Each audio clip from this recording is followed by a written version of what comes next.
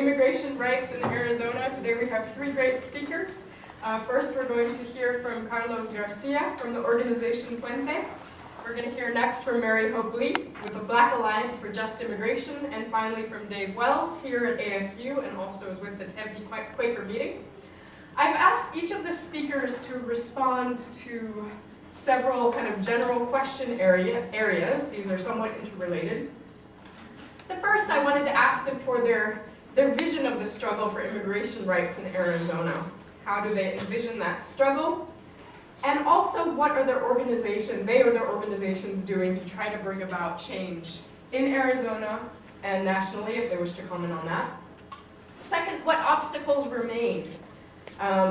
Obstacles toward effective alliance buildings, obstacles also at a national level. And finally, where do we go from here? And that question might also be a question that we'd like to pose to you all at the end. I've asked each of them to speak for about 12 minutes on these questions. Then I'm going to turn it over to general questions among the panel and then also from all of you. So please join me in welcoming first Carlos Garcia, who's with Puente.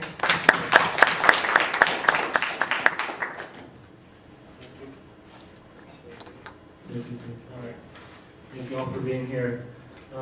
So my name is Carlos Garcia. I work with an organization called Puente. I grew up undocumented here in Arizona. A lot of my family still remains undocumented. We've had 6 people in my family gone through proceedings, 4 of them deported, 2 that managed to stay here. So I come to this work not only because it's around in my community, but also because it's affected me personally and my family. I wanted to show a quick video of the work that Puente does. This video was more around what happened with SB 1070 and 2010.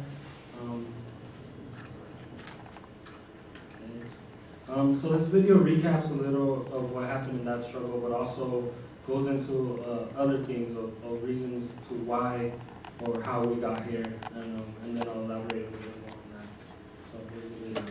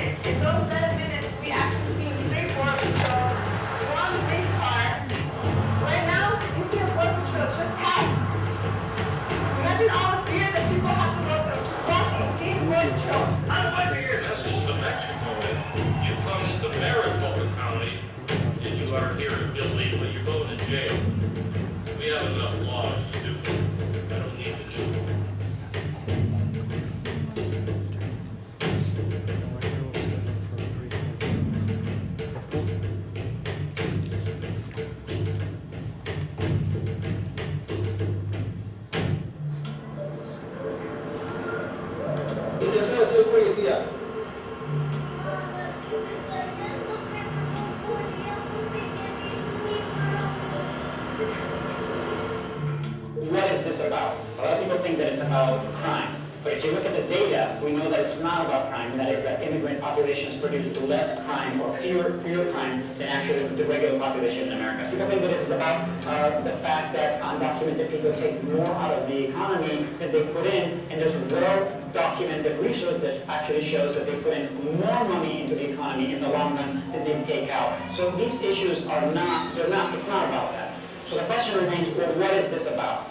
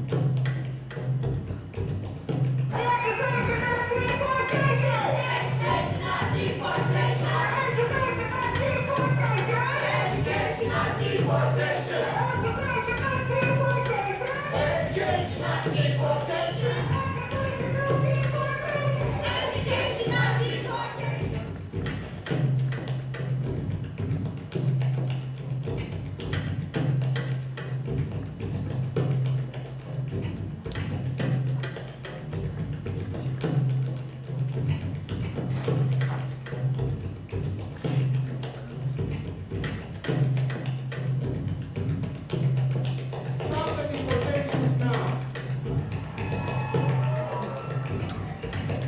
Demanding that the administration terminate all of those programs that allow for police and ICE collaboration.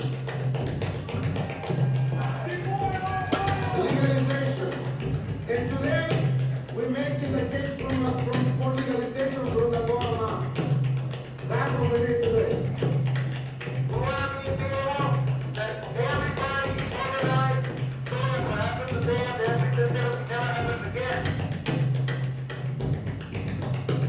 We need your help to change Arizona and win. We ask. Go ahead.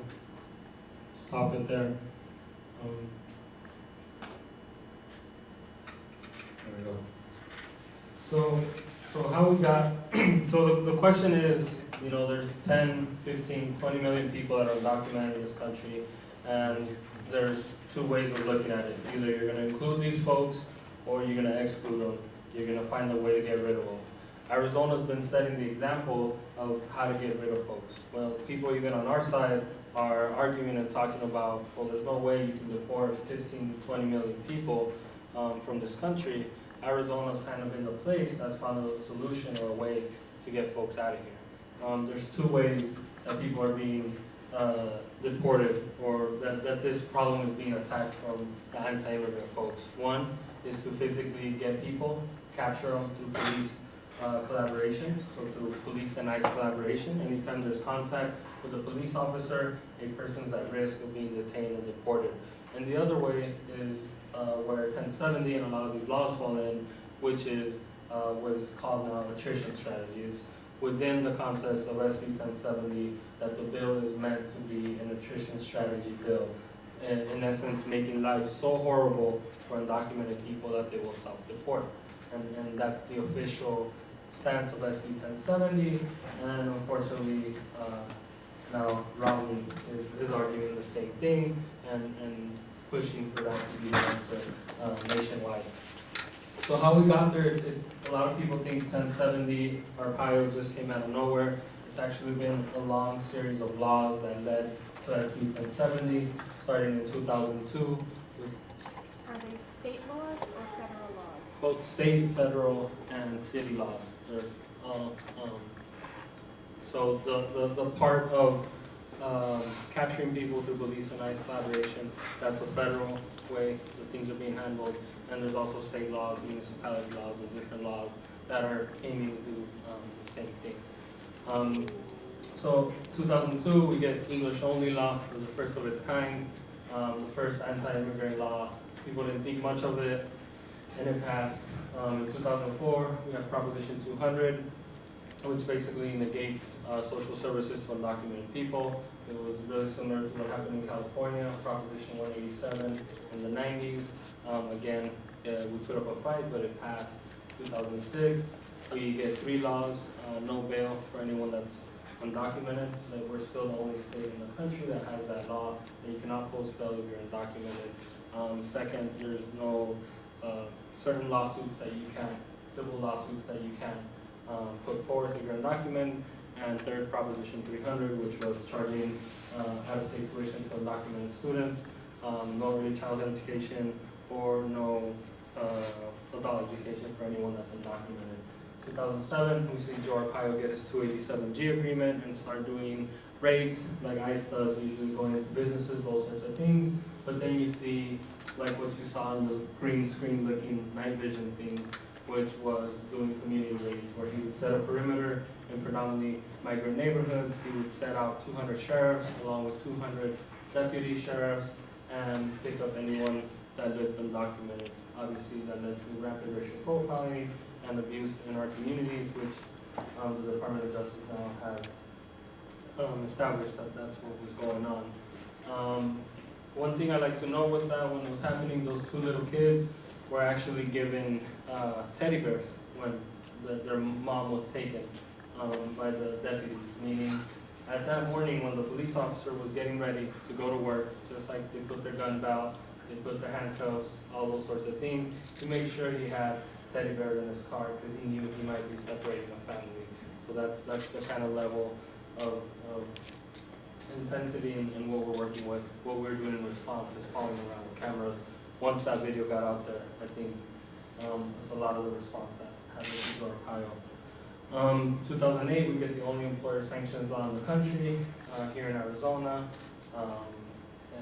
and then so on to 2010, we get SB 1070. Last year, the attempt at birthright citizenship, and till this year, creating hospitals and schools into deportation agents. Also, we had the ban of ethnic studies in 2010. So we have this long series of laws. Two things happening throughout the whole thing. One is we become numb to the previous. Right now it's inconceivable. We wouldn't think of going back and fighting for English only, or for people to get social services, or for a student to be able to pay in-state tuition, even if it's right, even if that student is a resident of the state and has been paying the same state taxes that every other person in the state has, but because they're undocumented, they don't pay that. We wouldn't even think about fighting those things, because as this process has been going on, going on.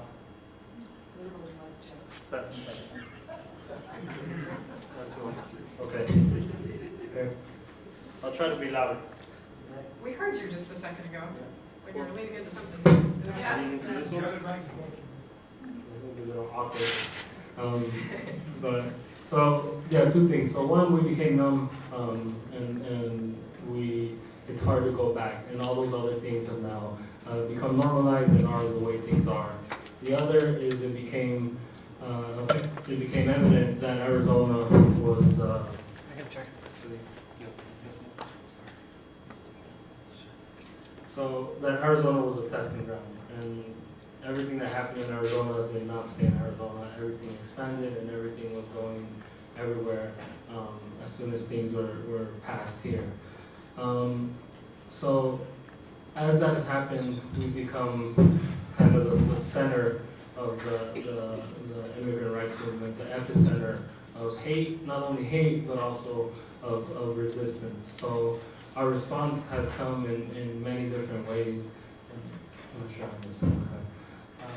But it's become having a joint strategies with a lot of different people, from boycott and economic strategies to get out the vote strategies to organizing communications, all these different ways of being able to do these things, but always with the premise that organizing is the most important thing, that the affected community, the people that these laws are intended to go after, have to be in the forefront, have to be the ones that are organizing, that are fighting back. How many people do y'all think SB 1070 has deported? Can I get an answer? Maybe 2,000, maybe 10,000. Any other guesses? None. None. It's federal law. Yeah. So SB 1070 has actually not deported anyone. What deports people is the ICE access programs. It's police and ICE collaborating together. It's what's detaining people and getting them out there. Laws like SB 1070 are set to not only be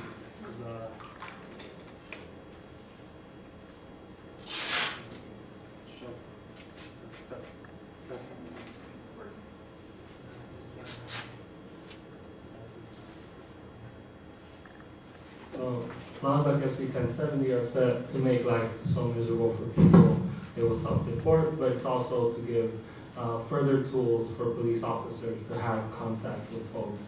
A lot of the things that SB 1070 said or was meant to do are already happening. The city of Phoenix has their way of doing things. Anyone that they pull over detained, it's their policy that they ask people where they were born, and if they believe that those folks aren't from here, they put an ICE referral form and they go and hand them over to our Arpaio. So does every other jurisdiction in the valley. So there's 25 police jurisdictions that all feed into Maricopa County Jail. So when in the news, when in a lot of our thoughts, it's Joe Arpaio and SB 1070 are reporting people, it's also a lot of the police departments, a lot of casual contact that happens with police officers. So one more minute and I'll wrap it up. So with that, our main focus right now is rupturing that relationship with police and ICE. For disrupting that police officers, local jurisdictions do not have those ICE powers. That's what's really deporting people. All our strategies are now based and attempting to stop that relationship. The Department of Justice, like I said earlier, put out a report 2 months ago that said that Maricopa County is the worst case of racial profiling they had seen. Also that every Latino in this county is treated as if they were undocumented. So our current campaign is to go after Sheriff Arpaio. Their adjustment that was made in the Maricopa County Jail was to put 50 ICE officers at the jail rather than the sheriff's ask for documents. So the exact same things that were happening when the report came out are still happening now. So with our thought, not only locally but nationally, is if you can't take ICE powers from Arpaio, someone that the Department of Justice has said is doing all these things, who are we going to take it from? These programs are set to expand to the entire country by 2013, so that's the urgency of really fighting back here in Maricopa County and front and center. And I look forward to the panelists and questions afterwards. Thank you.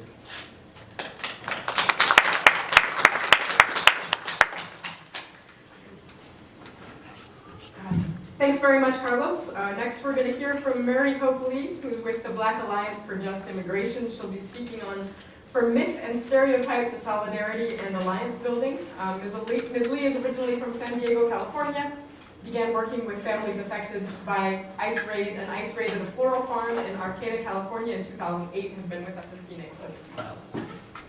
Thank you very much. Thank you to everyone for coming. Is this working? Yes. Okay, it's hard to tell when you're using it. All right.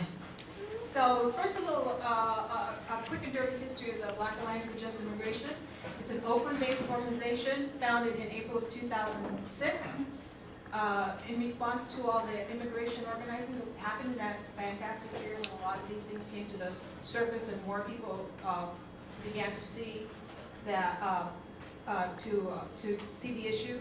And our mission is to engage African Americans and other communities in dialogue that lead to action that challenges U.S. immigration policy and the underlying issues of racism and economic inequality.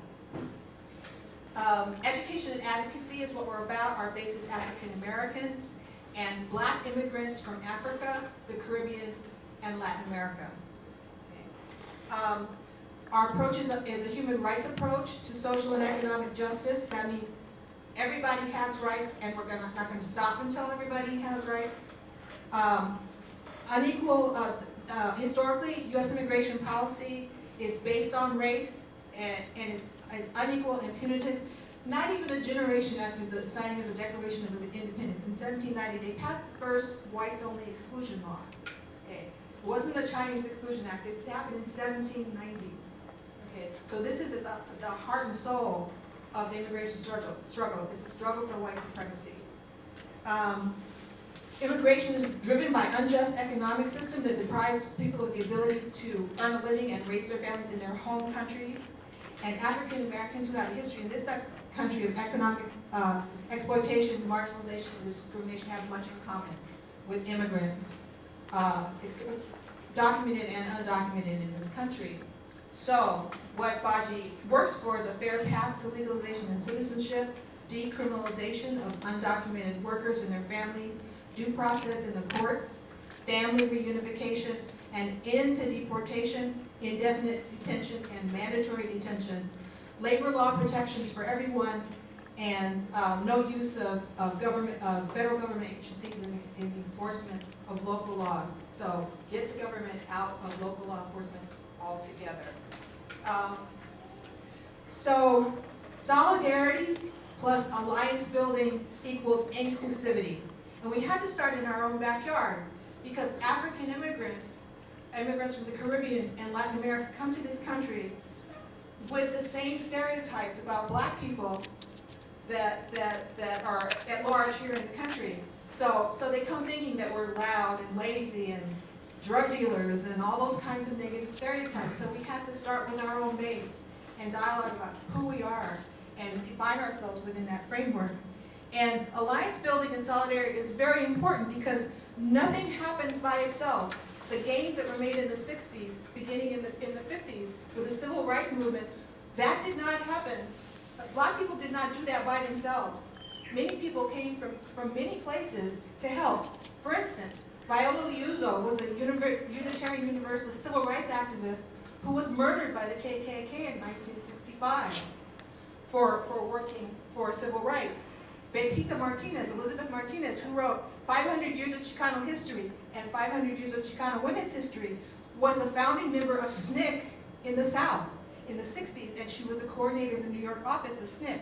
Richard Aoki, a Japanese American who was interned as a child and grew up in West Oakland, was a Black Panther and a member of the Third World Liberation Front, which started the student strike at San Francisco State in 1968. The first strike for ethnic studies was a coalition of Mexican Americans, African Americans, Filipinos, and Asian Americans, and Native Americans. Sorry, I get excited. Okay, so that's the vision of Baji when it comes to immigration. We have much in common, and we have very significant differences, and we can learn from those differences. They don't get pushed under the table. We address them, and we do that by coming together and communicating, building relationships, and that's what solidarity and alliance building is all about. So some of the obstacles that we face are ignorance, deliberate disinformation, wedge issues like they're taking our jobs.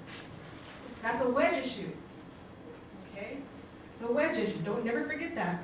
And the structural, institutional, and individual racism that permeates the society. When I talk about structural racism, I mean it's built into the laws. It's written into the Constitution.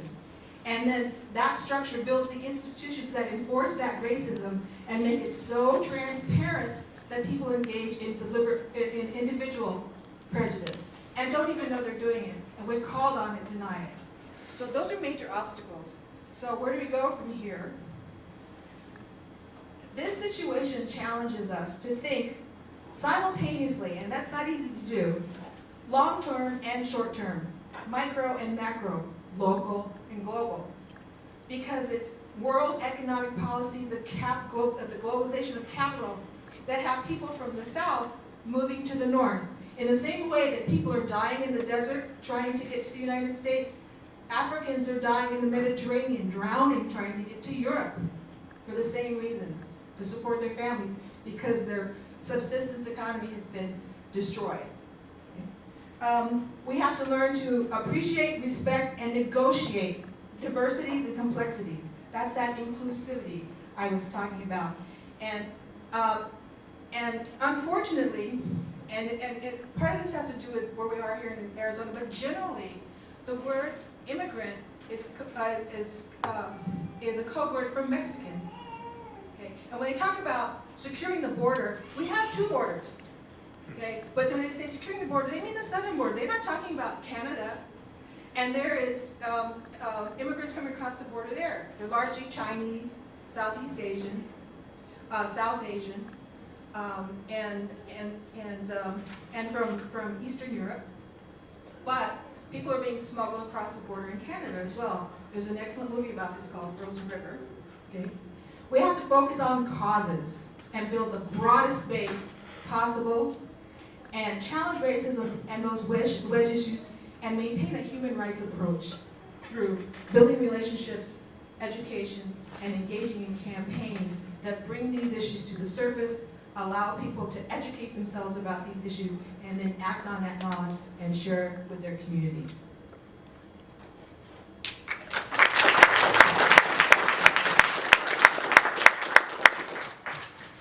Thanks very much to Mary Hope, yes, Mary Hope. And our final speaker is going to be Dave Wells, who teaches at ASU and is also active with the Tempe Quaker meeting. His talk is entitled Compassionate Listening to Heal the Immigration Divide. Dave teaches political science and interdisciplinary studies here. He's been helping to lead social justice struggles for over 25 years, including some work with apartheid South Africa.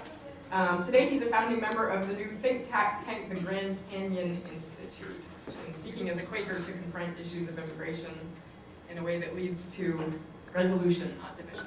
Thank you. Thank you. And this will be a little bit different, I think, from the other perspectives, because I'm going to talk a lot about how we try to talk to the other side, how we actually listen to the other side. And so we start first of all with a timeline. And we've had bits and pieces of it. I'm going to mainly pull on the political pieces of the timeline. Back in December of 2005, the House of Representatives passed HB 4437, which is also known as the Sensenbrenner bill, and that would have made it a felony in the United States to be in the country without papers. And that really activated the immigrant community and their supporters. And as a consequence, we had massive demonstrations around the country. And here in Phoenix, in April of 2006, we had the largest demonstration that Arizona's ever had. As an anti-war activist, I was very jealous about the way folks came together. We thought we were good at 5,000 before the Iraq War. We had at least 150,000 people who turned out at the state capitol in April of 2006. I pulled my kids out of school. It was a very exciting time. I think, however, and then following that, we also had the U.S. Senate passed a bill essentially about the same as the McCain-Kennedy bill, an earned citizenship kind of approach to immigration. The House had passed a very different bill. At this time, the House was controlled by Republicans. The Senate was controlled by Democrats, and a number of Republicans were willing to work with those Democrats. And then it died. And I think in this state, what happened is a lot of white folks got a little bit scared by what they saw in the streets in Phoenix. And then we saw in 2007 what's termed the Illegal Workers Act, the E-Verify Act that was passed here in Arizona, and most recently in 2010 we had SB 1070 that was passed. And if you look at what's happening within the Republican Party, you think about where President Bush's position was on immigration, we'd like to see that today in Republicans. We don't see it anymore. And even McCain in 2008, that was before the McCain of 2010 when he was running for re-election in the Senate seat and became much more of a hardline immigration person. But McCain was one of the original co-sponsors of the DREAM Act.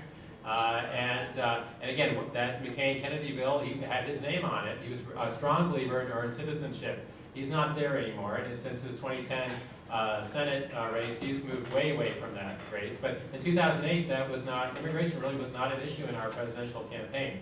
2012, as we've already heard, is Mitt Romney, the most likely person to be the Republican nominee. He's already come out against the DREAM Act, and he's trying to be a very strong, what we call anti-immigration hawk, and he's calling for people to self-deport. And we've also seen Jeff Flake, who's planning to run statewide, also move very far away from his previous stance. So the politics that we've seen with immigration has become increasingly polarized in a way that's very disturbing to me. So you think it's about 6 years since 2006, and it's like it's getting farther away, like they're moving the goalposts on us rather than actually we're making progress. Meantime, the people who are living here without documentation are still here. There are about 100,000 people who have left the state since we've enacted more draconian immigration laws, but for the most part, they've gone to other states that are a little bit friendlier toward immigrants. They haven't all self-deported back to Mexico. Now, as I watch this, what I've been sort of yearning for is some way to integrate nonviolence in immigration. And it was sort of a quest that I began, looking into. There's a group who does Kingian nonviolence, and I pursued some training through them. As a Quaker, of course, I've been an advocate for nonviolence, but as an activist, we're often motivated by our anger as much as love. And we see that too often, I think, in immigration debates that we see here. And we'll have events like today where essentially we're preaching to the choir. And often I'll hear, some of the groups who are really interested in doing things have a lot of fact-based reasoning, meaning if I can convince you of the facts, like if you realize just how strongly people are motivated in Mexico and other countries to come to the United States, and why securing the border and how hard it is across 2,000 miles to be able to make a barricade, and how people, as we've been militarizing that border, have still come over here, even when it's cost them their lives. They've still been willing to do that. Then if you could understand that, then maybe you could realize that they've got kids and they work hard in this country, that we ought to have some way of trying to deal with this constructively. That if the people got that across, that somehow they would change their mind. And I don't think that's the case. And that's what essentially brings me to this idea of compassionate listening.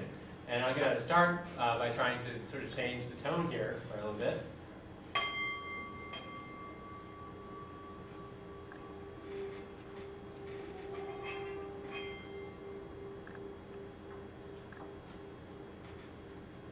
And I'm going to see if we can begin to sort of think about a different way to frame it. Now, does not mean that we'd stop resisting injustices, or we wouldn't do everything in our power to continue to support those people who are being victimized, to make sure that people who are being hurt are supported in every way we can.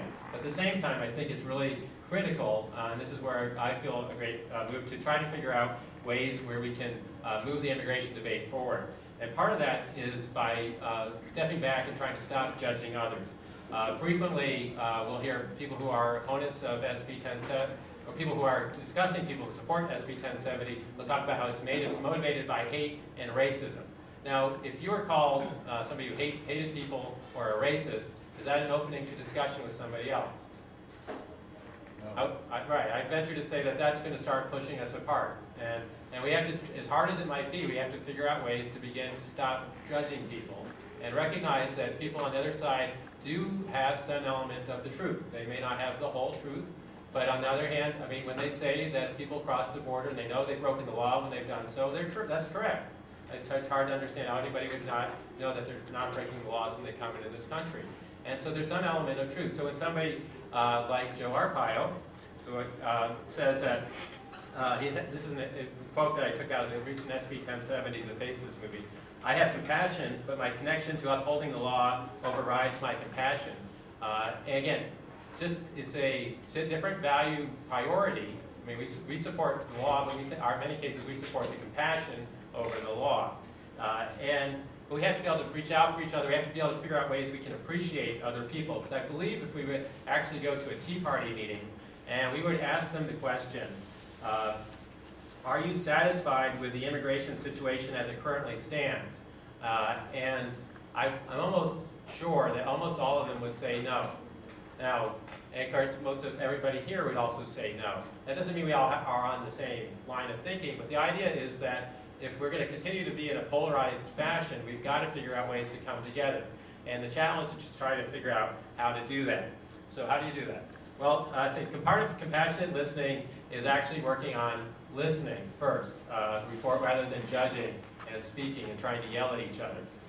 And currently I'm teaching a class, it's actually the smallest class I've ever had at ASU, but it's a very interesting group of students that I've got here. And we're doing it, and we're trying to integrate the ideas of immigration and compassionate listening. We're doing a lot of research about, they're learning about a lot of the facts about immigration, but we're also trying to plan, there's a conference here at ASU, ironically on April 23rd that we're going to participate in. April 23rd will be the second anniversary of the signing of SB 1070.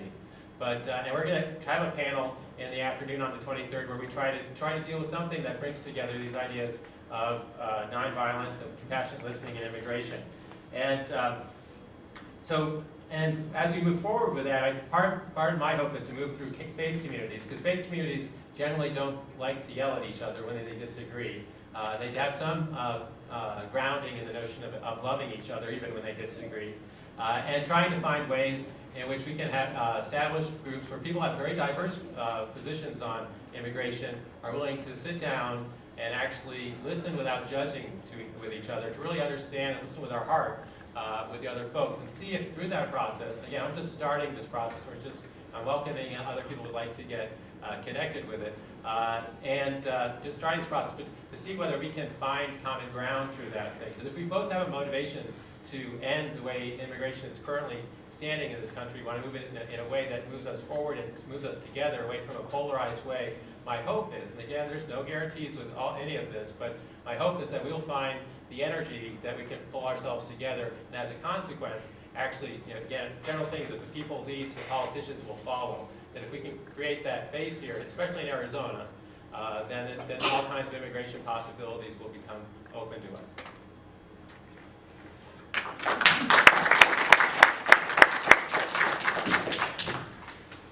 Thanks, Steve. I'd like to start with one question that's kind of forming in my mind as I listen to all of you, and then I'll open it up to questions among the members of the panel. I'm trying to think of how to articulate this. I've heard, mention in each of your talks about kind of a tension between the dynamics of the local and the global, the micro and the macro, as you describe it. And my question is, how do each of you think, if you were to sum it up, kind of in a quicker, 1 minute or so response, how do you think change happens? Does it happen, kind of where's the core of where you want to focus your energies? Does it happen at that individual person-to-personal relationship where you're overcoming kind of barriers in consciousness, where you're overcoming that sort of numbing that Carlos talked about that happens when we become used to certain versions of reality? Or do you see more effective change happening at the level of policy, not necessarily swaying people's hearts and minds, but really going after the policy? Or maybe the way I'm phrasing it is to simplify those boundaries, binaries. But if you had to kind of focus, what have you found to be the most effective place, the site of change, in your experience? Where has that been? So.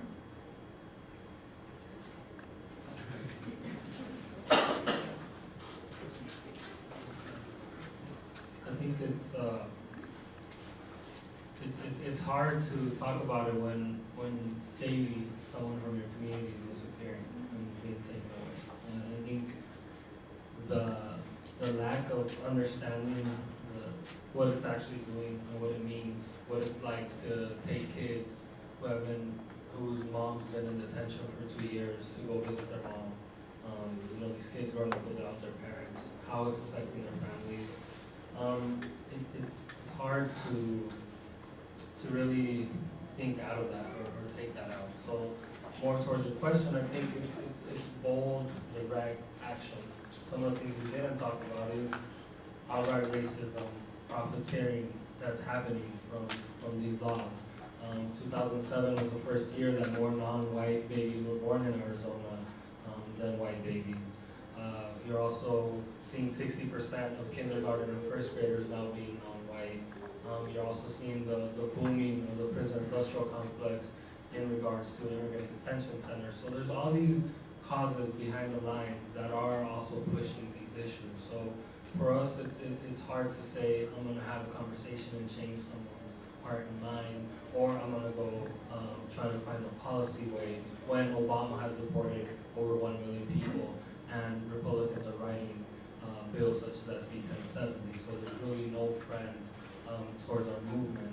So I think it's the way that this change is going to happen is really like it was done in the 60s, really exposing the issue, exposing what's really going on. How do we really illustrate the separation of families? How do we illustrate the suffering and put it in people's face that folks aren't able to be comfortable knowing that these horrible things are happening in their backyard, that 20 to 30 people a day are disappearing from Maricopa County, that it's been 1 million people in 3 years in Obama's administration, and the numbers just continue to grow. So I think the change is going to come when people start feeling comfortable and all these issues get kind of faced with some direct action and really focusing on the suffering. Speaking for myself, change has always come for me with an aha moment. And are any of you familiar with the story of the 100th monkey? I don't know if this is true or if it's apocryphal or what, but they say that on this island there was this experiment done with monkeys and potatoes on the beach. And every evening, around dusk, they would throw out potatoes on the beach. and the monkeys would see this, and most of them ignored it. But one of the monkeys picked up the potato and tried to eat it. It was covered with sand, and put it back down on the beach. They did it again, and another monkey decided to wash the potato off in the surf, and then eat it. And they continued this experiment, and more monkeys started to do it. And they say that at the point that the 100th monkey rinsed its potato off in the surf, they all did. So critical mass. So it's sort of a both and. And one of the things that the government has learned about media is how to manipulate it. If it had not been for those black and white images of fire hoses and dogs and freedom riders being beaten with an image of their lives, there might not have been change. If it hadn't been for the bloody color news coverage of the Vietnam War, it might not have ended in 1975. What are we seeing? Who's covering this? Besides Democracy Now! And New American Media and all those. But these images are not in the mainstream media. So I think it's a both and it takes critical mass to get policy. I mean, Brown versus Board of Education was 1954. The Montgomery bus boycott was 1956. And it wasn't until 1965 that the Civil Rights Act was passed, followed by the Voting Rights Act. So there can only be one syndrome kind of thing. I get this analogy from Highlander movies about immortals where there can only be one. If there's only one, nothing gets done. Okay, so many people have to be working and acting on their ahas all the time, from as many different directions as possible. There's not just one way to solve this problem. One of my favorite books, current books, is They Take Our Jobs. It's by Aviva Chomsky, and it's 20 other myths about immigration. But she ends the book with myth number 21. The problems this book raises are so huge there's nothing we can do about them. That's a myth. Okay. That you're sitting in this room even though we are speaking to the choir. Okay. And that people are coming to Arrest Our Pio, Not the People campaigns is proof that it's both and. I mean, to me, shows that we need individual action to create policy.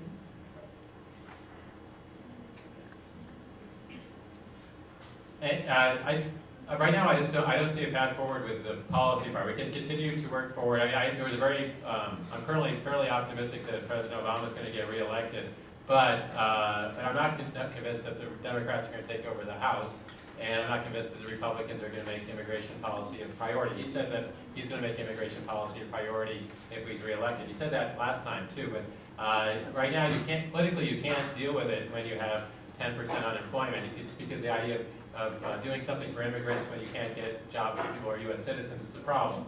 But once the economy is recovering, there will be a political opening, but I'm not sure there's going to be the political willingness. So I tend to lean toward the one-on-one. And you can imagine what Carlos talked about, somebody who's personally had their family hurt by somebody being deported. You could put that person in the same room with somebody who's a very strong, vehement person who believes in everybody ought to be deported. Make them listen to each other.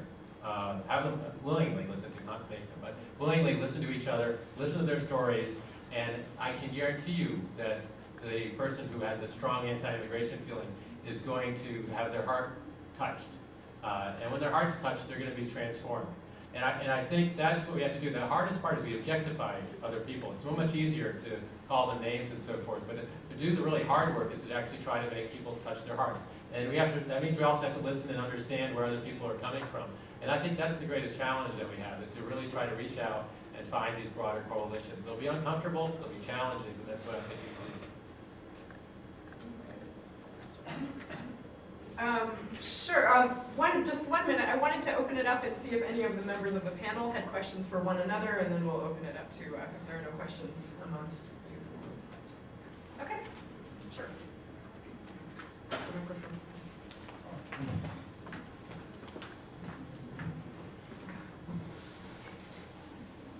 Thank you. Two quick questions for clarification and then one question for Dave for his insights on this.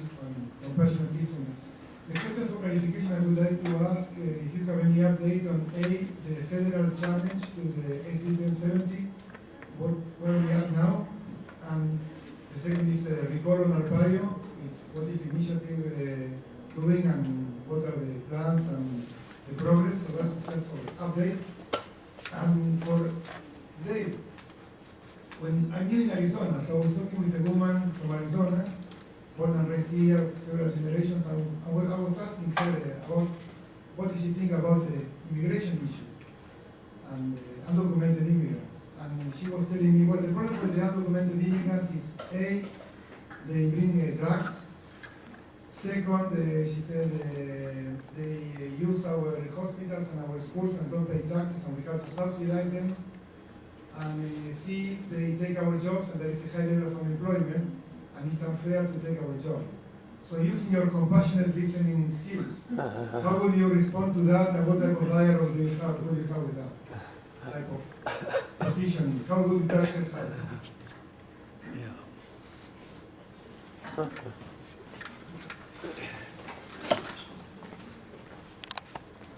In regards to SB 1070, it's going to be heard in the Supreme Court April 24th or 25th, I believe.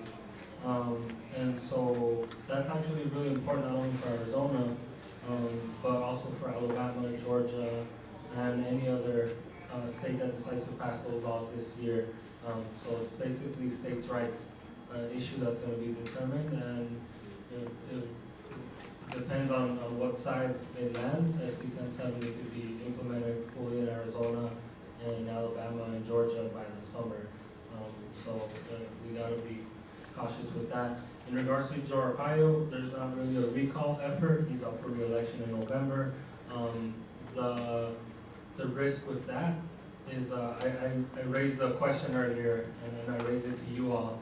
Would it be a victory if we replace the current Board of Supervisors with 4 Democrats, 1 Republican, it's currently 4 Republicans, 1 Democrat, and replace Joe Arpaio with a Latino Democrat sheriff? Would you all consider that a victory? Most people would, right? Most people across the country, and anyone you ask, they say yes, that would be a victory. Well, I just described LA County as 4 Democrats and a Latino Democratic sheriff. It's the only other county that deports more people than Maricopa County. So the problem is not only Arpaio, it's the programs and the communication with ICE. And if we can't rupture that contract in this 8-month span, even if he loses in November, regardless if I replace him or not, or whoever, if someone in this room replaces him, the deportations are going to continue and the abuses are going to continue in our community.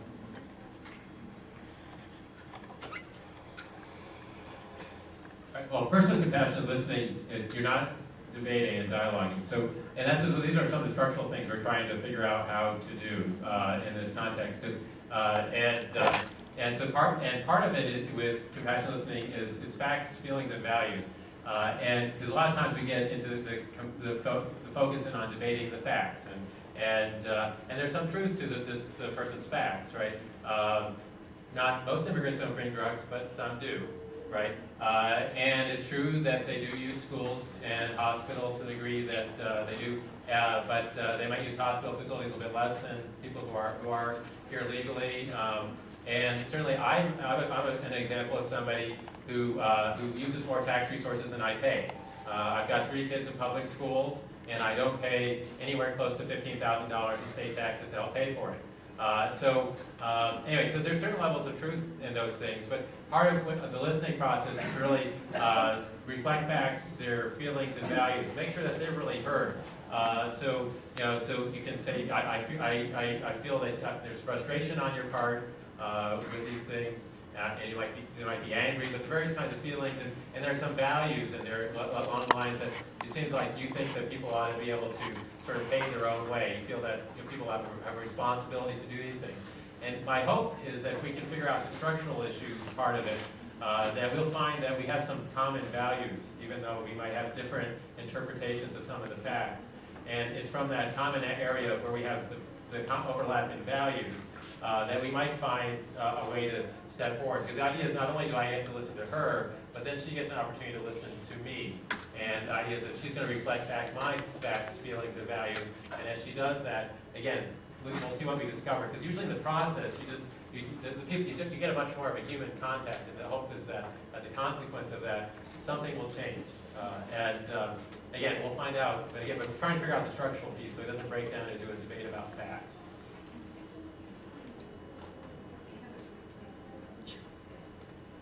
I'd like to make a brief comment about finding common self-interest. For instance, there was a bill proposed in the legislature this session that would allow public school districts to opt out of free and reduced lunch programs. That would affect everyone, not just immigrants or the children of immigrants, many of whom are citizens, but it would affect everyone at a certain economic level. So it's not just that one group that's being targeted. If that group is targeted, there's going to be lots of ramifications for other people in the same situation. Other questions? I don't need the mic. Okay, I'm going to run back to this one first. I don't need the mic. Send you the problem. I want to ask Carlos you brought 3 questions. Every other week you call for a protest in front of our BIOS office. Is that still on? The other one is, which I wanted to ask Salvador, I haven't seen it recently, but I'll ask him. Obviously, one of the solutions is immigration reform. Maybe we should push for that, even though we don't have a vote. The other one, speaking to the gentleman who you called about nonviolence in the U.S., obviously, do you support the boycott until SB 1070 is over, as Justice Salvador Reza has called, unlike the news media in Arizona saying that the boycott is over? And Salvador Reza says the boycott will never be over until SB 1070 is overturned. And those are the 3 questions I'm asking Carlos.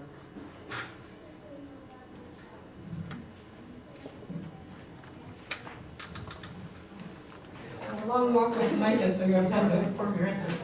Okay. Yes, we will continue to protest. The next protest is going to be March 9th. And that one we're focusing on the city of Phoenix, and then we will continue every 2 weeks after that. The following protest after that, I believe, is the 23rd.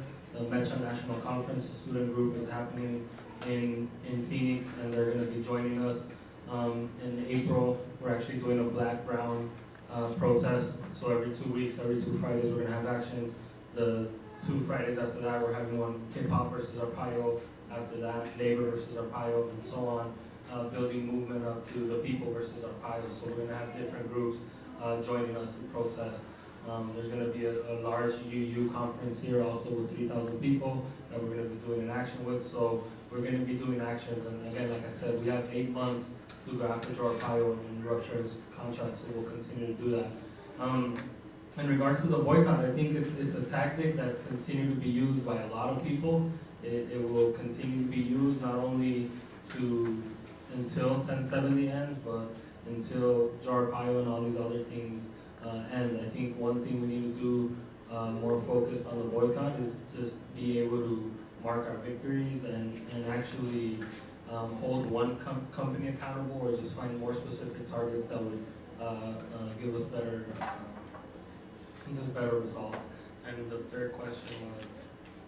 Immigration reform. Immigration reform. We got to be very careful when we talk about immigration reform and what that means, because there's a difference between legalization, finding a process for people to gain documents, and giving up other stuff, which is, in this case, criminalization. Immigration reform, like we've seen in the past, the one that was closest to being successful was the Strive Act in 2007, and it was basically legalization for some people, partnered with SB 1070 and militarization of the border. So we got to be very careful what comprehensive immigration reform means, and that it doesn't mean in order to get legalization for some people, you must criminalize the rest and anyone else that would come after them. And I think because setting up for immigration reform, I think is what has caused over 1 million people to be deported, and the Democrats to be so tough, and all these things resulting in how we are now. And then the other side just being satisfied because they got everything they wanted, and we're not really going to get anything. So we got to be very careful when we talk about what reform looks like, and really have the conversation about what we need is legalization, and not the other really bad stuff, which is basically turning the country into Arizona. Other questions? the mic. I have a very loud voice. I'm Italian. Two questions. The first is the follow the money. I know that the private prison industry has been really a big lobby behind a lot of the anti-immigration laws. But when you follow, what other big corporations are pushing this? I mean, you know, you wouldn't have these sentiments without the media, without, I mean, so who's behind it in terms of the money interest, who benefits? And then my second question is back to the compassionate listening. You know, I think it's one thing to try and do it cross ideologies in terms of opposed and for people, against people, for people, but it's another within the ranks. I mean, we are pretty much preaching to the converted, and there's a big divide amongst us, right? So there are some of us who are much more militant, you know, we'd be happy to blow up the wall along the border, no, seriously. And then there's the you know, non-violent civil rights. I don't mean to be sarcastic. It's very difficult to get a conversation, and from my point of view, because I am much more militant, to get a person who's committed to nonviolent to listen to why strategies and tactics on the other side might be viable. So I think we've got a lot of work to do amongst ourselves. And so how do you propose to do that? That is my second question. So follow the money and amongst ourselves.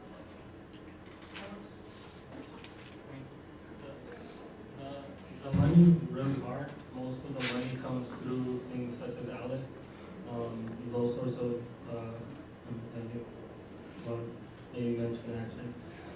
But they're done through those sorts of PACs and those sorts of things, so it's really hard to pinpoint some of the companies, the Diamondbacks, Frito-Lay, Pepsi, all these corporations. Wells Fargo is one of the biggest ones. But it's just really hard to target them. And unfortunately, when you start talking about it in the general public, it starts becoming this conspiracy theory. And these corporations have such so much money to spend on advertising. And for example, at ASU, we started targeting Wells Fargo in 2007. Wells Fargo gives the Chicano Latino department here $1 million. Chicano Latino department is going to pay $1 million. And so that happens a lot, and it's really hard for us to have a united front against corporations, because those same corporations are helping other nonprofits, other institutions that are supposedly on our side. So it goes to your point about what it really means, solidarity amongst the people in the room, or a movement fighting this.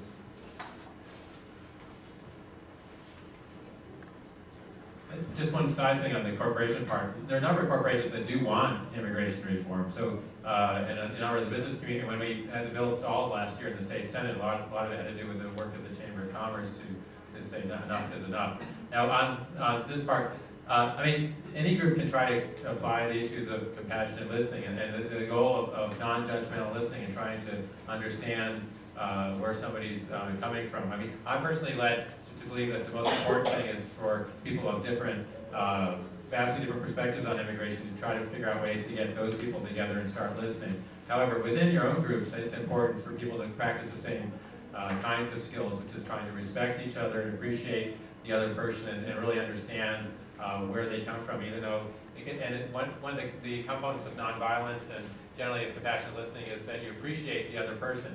So even if there's nothing that you think you appreciate about them, you're not ready to engage in a listening session with them until you find something that you appreciate about that person. And it sort of reflects back to some of the things that Randall was talking about here yesterday. And again, the idea of expressing that appreciation, you're finding it is what it is that you appreciate about that person, so you can listen with an open heart and try to understand and listen and reflect back what they say. You don't have to agree with them, because I think just simply hearing, I mean, you're saying you're not being heard, and that tells me that people are putting an obstacle between in the process of listening. Because often when you listen, you're thinking about, okay, what's my counter argument to that? And then you're not listening. You're really not trying to truly appreciating that. You're getting involved in some kind of a debate. And so compassionate listening is different than that. So that's an excellent example of how the boycott, the business, right? A lot of the story has been told in other places in the country is that the businesses came to our rescue last year. and just because of the goodness of their heart, the corporations came out and 50 corporations signed a letter to stop the law. No, these corporations came out because we boycotted the state, and we were really successful in boycotting the state the year before, because it's those same corporations that didn't do anything against SB 1070. So I think we got to be really careful in how we tell this and who we give the power to. I think that story is told that the corporations signed that letter and then they stopped all these bills last year, but without telling the story of the people who organized and created the boycott and pushed these corporations to act. So I think it's also how we talk about it.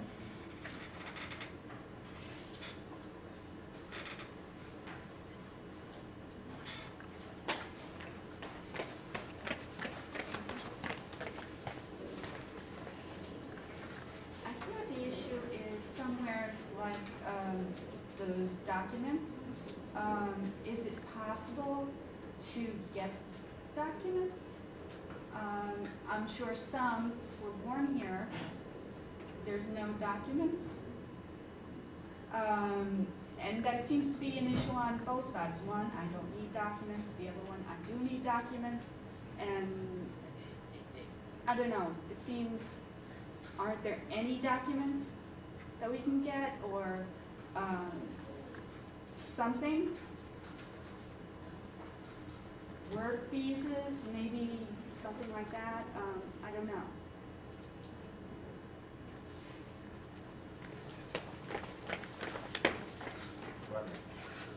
Back to the fact-based stuff. There's only about 5,000 or 10,000 slots each year for unskilled people to come into this country. So there's very, very strong education bias in our current laws. So there's really no line that people can get into on the number of people we're talking about who lack documents.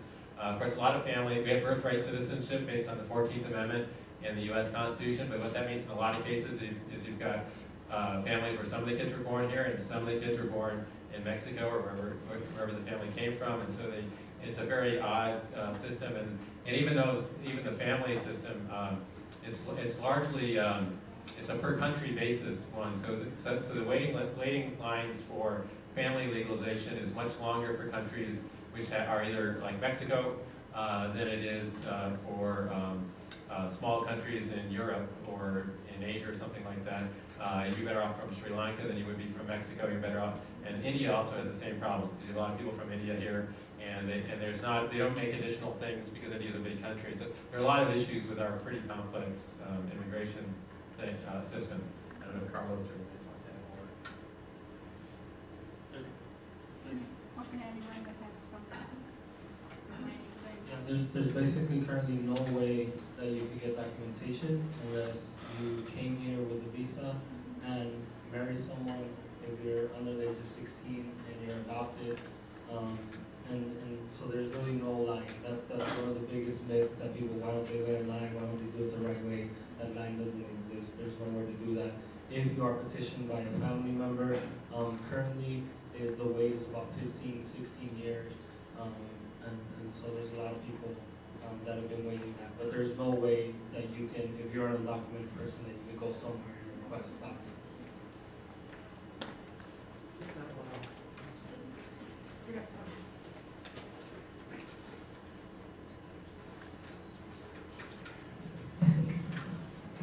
So just a comment following Carlos, okay.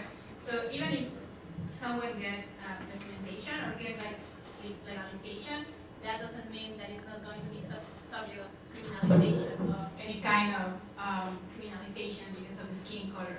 So even if a path will be the legalization or getting some documents, I do not think that is going to be a solution from being criminalized. So.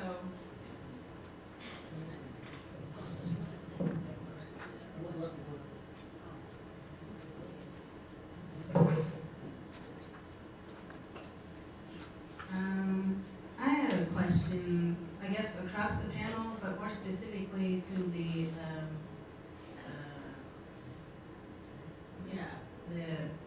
date. So with regards to your compassionate listening and your course that you're teaching, I wanted to know how long you're teaching that for, what's the expected outcome for the students, if you're able to take that out to organizations or whatever have you, if you've worked with various communities to try to spread this type of dialogue? Or, I guess, what is it, like a different form of activism or whatever have you? I'm wondering like what you're specifically doing outside of the, I guess, academia with regards to this compassionate listening framework. And I'm also wondering if the two other panelists would be like having listened to this particular framework, is there any willingness to incorporate that, or would you be willing to have people speak on that from your organizations or whatever have you? Like, do you think that it would honestly help your organizations and the movements that you are currently in? Well, yeah, first of all, I'm not an ivory tower academic, haven't been one. And I'm not tenured, so they can fire me anytime like this. But anyway, but I do, but again, we're working right now in the short term, again, ASU is participating in it's a White House-based initiative with about just general issues that are facing the country and for this April 23rd conference. So our main goal is right now in that class is in terms of practical outcomes, in terms of what we're going to do in a public way, is to try to figure out a way to try to get a diverse group of people together in probably a room in the MU on the 23rd and figure out how we can try to take an hour and a half of time and get them engaged on the issue of immigration and try to integrate issues of compassionate listening and see what happens with it. At the same time, I have, through I teach in the interdisciplinary studies program, and I usually try to get interns with me because I don't have enough time to do everything I'd love to do. And so one of the goals I have for her to do is to help do some of the outreach to the faith communities. A lot of this has to do is one-to-one relationships because you can't just sort of send them an email or send them a note. You've got to actually meet with them, and that's where I run into issues because this is one of a billion things I'm often involved in. So I need help on these kind of things. So and again, this is sort of just beginning. I got introduced to compassionate listening about a year ago, and I went to an advanced 4-day training in Connecticut this past November, and I'll probably do another one, an advanced training next November as I try to get certified in this area. So it's something I've been learning, but it really resonated with what I thought needed to be done. Anyway, so it's an ongoing process, but we're hoping to meet with people in faith communities and identify some that might be willing to sort of pilot the program and just sort of see where we can go with it. But people have limited time, so we're trying to figure out how to structure it and meet people's time constraints and still be very impactful. This is the first I've heard of compassionate listening, although I am aware of something called active listening, which I think is related, because it actually involves listening and then reflecting back what you hear. I would like to learn more about it, and I will let the folks I work with in Project here in Phoenix know about it. We do have allies in the faith community. Back in December on the 29th, there was a very well-attended and nationally covered press conference in which Black ministers in Phoenix came out in opposition to Arpaio and its policies, which was a major milestone in Baj's work here in Arizona. I think we're willing to try anything and everything, just because it's, it might work with some people, it might not. But there's times where, I've I guess practiced similar things where I've had conversations with Minutemen and Tea Party people. But sometimes it's you compassionately listen and you listen that their threat is me and their solution to the problem is getting rid of me. So what happens then? I think that's a further conversation of what happens when you look in certain folks' eyes and they believe that my community is threatening their way of life, their children and their future, and that's what they're fighting for. So I think it's not only that, but what happens, what builds afterwards, and how do we continue that? And yeah, I think we're willing to do anything. Yeah. I have one quick question going back to the issue of immigration reform in relation to the DREAM Act. As I know that there are some debates internal to the movement in terms of the DREAM Act, and some people argue that it's a winnable battle, that is in terms of strategy, it makes sense to focus on the Dream Act. The Democrats are in favor, so there may be some opportunity there. And some people disagree with that, so I would like to know your opinion on the Dream Act and the idea of focusing on that for the next few years as a priority of the movement. Yes or no, and why? The Dream Act was something winnable when people like McCain and those folks were out and sponsoring it.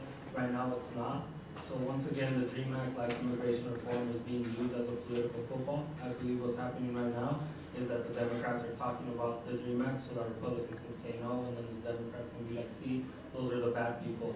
But when the Dream Act was a possibility, Democrats didn't want it because they wanted everything. They wanted complete immigration reform. So again, I believe the people that are fighting for whatever they need, whether it's the students or the undocumented community, have that right to fight what they're fighting for. But I think it's unfortunately been a political football where both parties have used it to target the other. And I think anything at this point, we just got prosecutorial discretion in certain things that the Obama administration is doing, but there's a lot that can be done through executive order that is very similar to what the Dream Act is that we could be pushing for now, that the Democrats could do without the Republicans. Okay, our keynote is about to happen, so I think we have time for about one more question. I believe I saw a hand in front here. Yeah.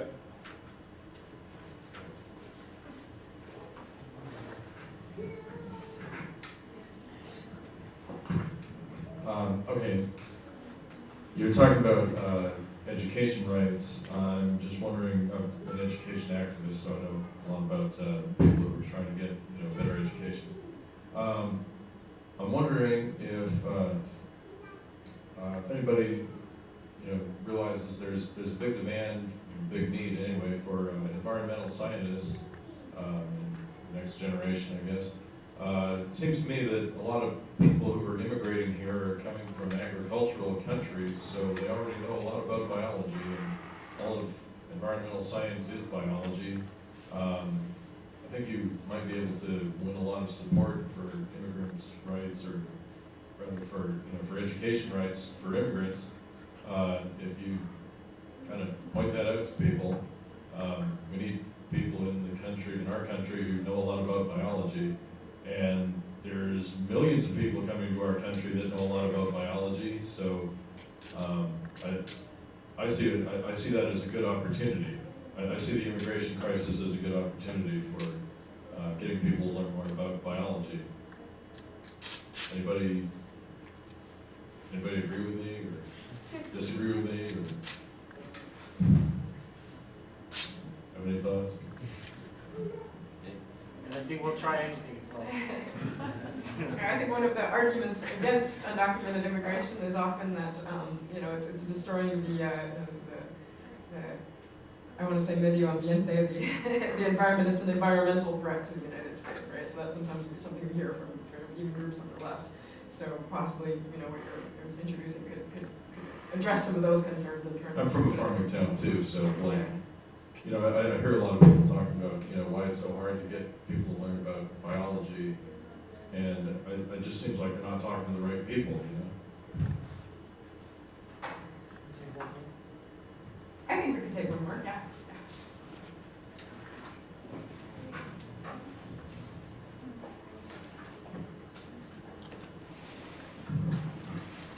Hello. My name's Alejandrina Franco, and I I'm a student here at ASU. I currently started an organization here on campus that focuses specifically on education reform and getting the undergraduate university population of students to bring awareness to this issue. And one of the focuses, being a chapter here in Arizona, is we focus on the Latino achievement gap. And I know that a huge portion of those Latinos are undocumented. We can't ignore it. And so how do you get through the ignorance barrier? So this question is for Carlos, because he brought up the numbing, how this has gone so far to the point where it's become a norm. How do we get through that, and how do we get people on board? That's been my problem with founding this organization, is getting people on board and realizing that this is an issue, and having them support us and get on the front lines with us. My second question is, I feel like we target a lot of our US politicians, but I think, shouldn't we start talking about Mexico's politicians as well? Because there's a binational society that's starting to form along our borders. That we don't realize is we don't want to be in one place or the other, we want to be in both. So, and there's, I think it was the Alliance group that you mentioned that talked about the push and pull factors. And so, aren't we attacking the wrong people? Don't you think we should focus on Mexico's policies as well and kind of hold them accountable for some of this? How do we go about that?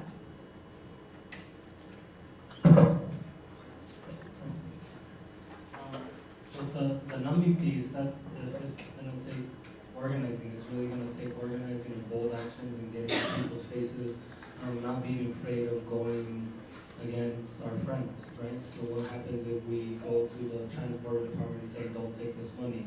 What happens if we go to the city of Phoenix, who's ran by Democrats, and say, stop supporting our people? So I think we often fall into these little games and just sometimes gain access with the Obama experience and nothing comes out of it. So I think just being more bold, confronting things, and in regards to the other piece you talked about, I was in Mexico City, I think probably a year ago, and NAFTA is a huge issue, and I think we're, one of the organizations I'm working with is currently in a lawsuit against Mexico, US, and Canada, really dealing with NAFTA, what those issues are, and going after the Mexican government as well. So I think you're right in that, but I think it's also on both sides and really organizing folks out there as well.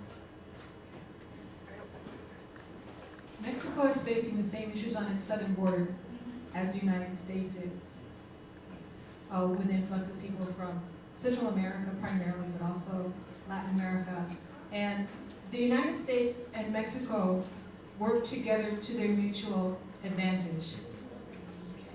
So it's a two-pronged approach. We can't shake our finger at Mexico without looking, turning around and shaking our finger at ourselves. Now, who is going to be brave enough to put forth a policy and follow through on it to get Mexico and the United States to act right? And the southern border of the United States has always been porous to workers, depending on the demands. The Bracero program during World War II, among others, and then mass deportations with Operation Wetback in 1954. It depends on what the employers, the industrials, need, want. But now they've got the whole world to exploit. And I think, and I want to say something about the phrase Latino achievement gap. I think it's really important to be conscious about how we phrase issues. To me, Latino achievement gap says that there's something wrong with Latinos. And it's not an achievement gap. It's a poor education system with roots in structural, institutional white supremacy that keeps Latinos down. They are keeping themselves down. They're being denied access. Like Carlos says, there's no line for immigration. Okay, leave every child behind is what this is all about. Or leave behind the ones that aren't white. Leave behind the ones we don't want. Leave behind the ones that can't assimilate. Leave behind the ones that don't opt into the system. So I'd like to point out language and how influential it is and how it influences people's response to us. So Latino achievement gap is blaming the victim from the way I see it. So I'd like to encourage people to go to the cause, talk about the cause. Immigration is not a cause, it's a result of policies. And that's what I would say. Which language would you use? Opportunity gap, or what do you suggest instead of achievement gap? Opportunity gap or what? What would I propose instead of talking about the Latino achievement gap? Instead of calling it that? Yeah. Would you say opportunity gap?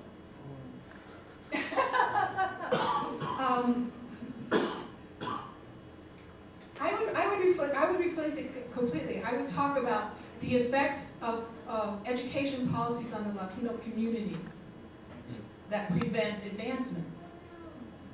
But put the cause where the cause is. Final round of applause for our panelists. Thank you all so much.